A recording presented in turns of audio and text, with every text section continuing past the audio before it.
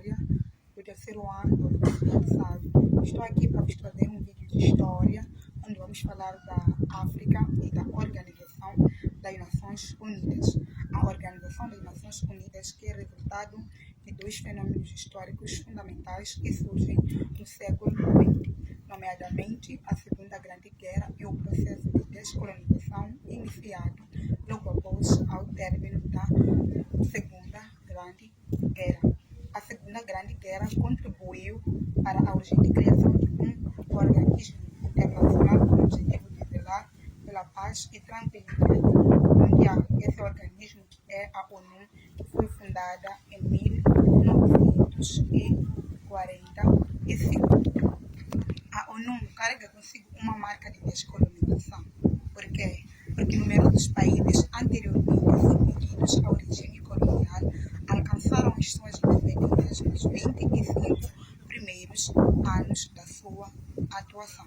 Até 1960, os países membros da ONU passaram de 51 para 157.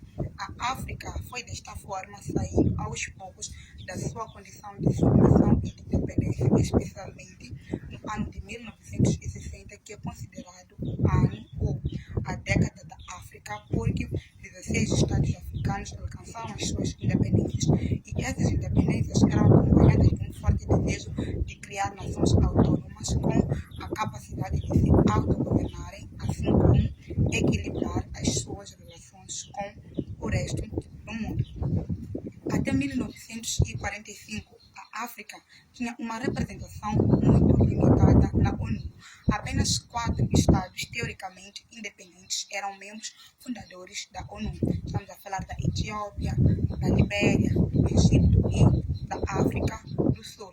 A Etiópia, que é o único estado africano que nunca foi submetido ao regime colonial, que resistiu à partilha da África e venceu a Itália em 1896 na Batalha de Adwa. Temos também a Libéria, que foi um país fundado por ex-escravos americanos no âmbito do abolicionismo, quando percebeu-se que estes não tinham mais utilidade lá na América. Então, a impossibilidade de desenvolver cada africano o seu país de origem, criou-se a Libéria como um Estado independente. Temos também o Egito, que é independente desde 1922, e por fim temos também a África do Sul.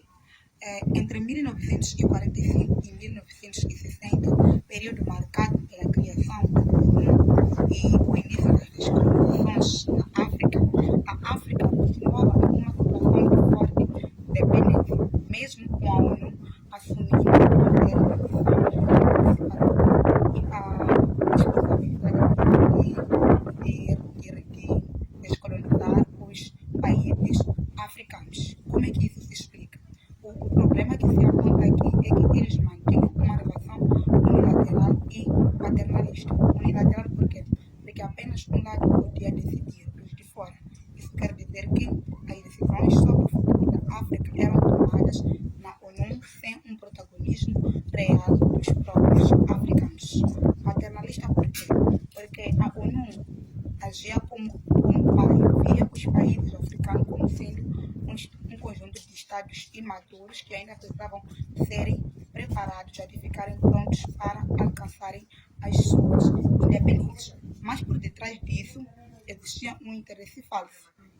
O que a ONU queria era poder permanecer na África, podendo ter acesso à matéria-prima e à mão de obra barata. Então, em alguns casos, a ONU agia para responder o interesse das grandes potências e não necessariamente o interesse dos africanos. Obrigada por sua atenção, espero que tenha